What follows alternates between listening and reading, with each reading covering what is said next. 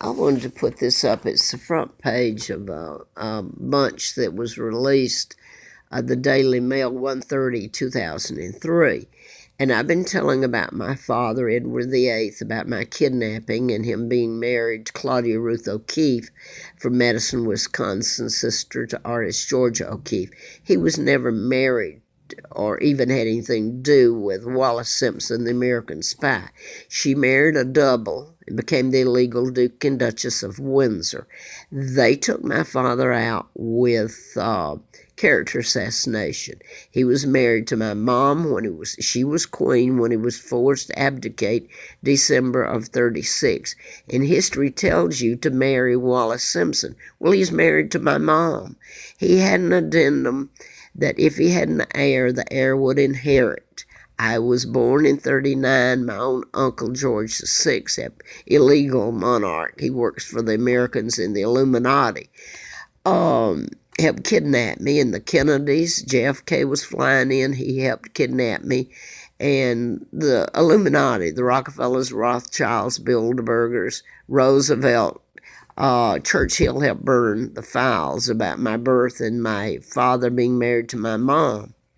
So all of it's been a lie, and I've been trying to correct it and tell what's been done to me and my sons, who are heirs after me. And then I look at the lies, and there's other sheets to this, but somehow I folded it or something. But these documents weren't, if I can find that here. You should see the lies on here. Any fool would know that they're lies.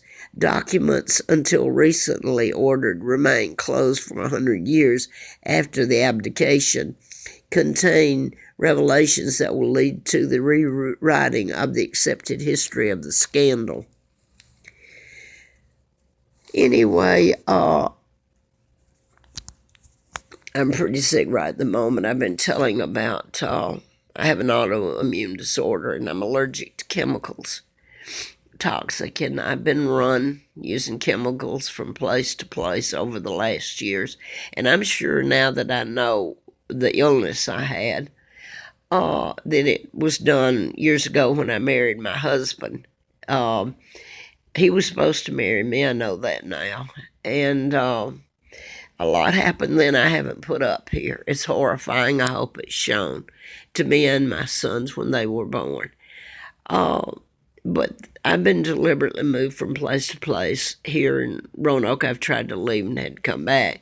But I'm not going to put all that up. I just did. I'm just about dead right now. This is horrible. But I wanted to say that one of the people I was writing about or telling about was I lived on the Appalachian Trail just to have a place to be. I froze and starved for years up there. And Congressman Bob Goodlatte was over the Agriculture Committee then. And I went into his office at SunTrust here in Roanoke several times. And next door was this Virginia Senator John Edwards, who I thought was a good man. So all I'm going to say is that last time they knew about my kidnapping, who I am, they knew of the mind control murders, which Virginia Tech later was one of them, or about that time I was still going to their offices. They were side by side. Last time I came out from John Edwards' office and went next door to Goodlatte's. They were side by side. I left Goodlatte's office and got on the elevator, and the guy came out and told me to hold it. And he said that if Congressman Goodlatte helped me, he would be living out in the National Forest too. So he went on to become I don't know that he was over the judiciary, and I thought he was on an intelligence, maybe not, committee. Anyway, my point, those are high, really high up as you can go committees. But today, and I was putting their connection back to the people that own the motels and hotels and stuff and things done to me here in Roanoke, and the fact they know about all of this. And now then I hear on the news, Channel 7 just now, that he's not going to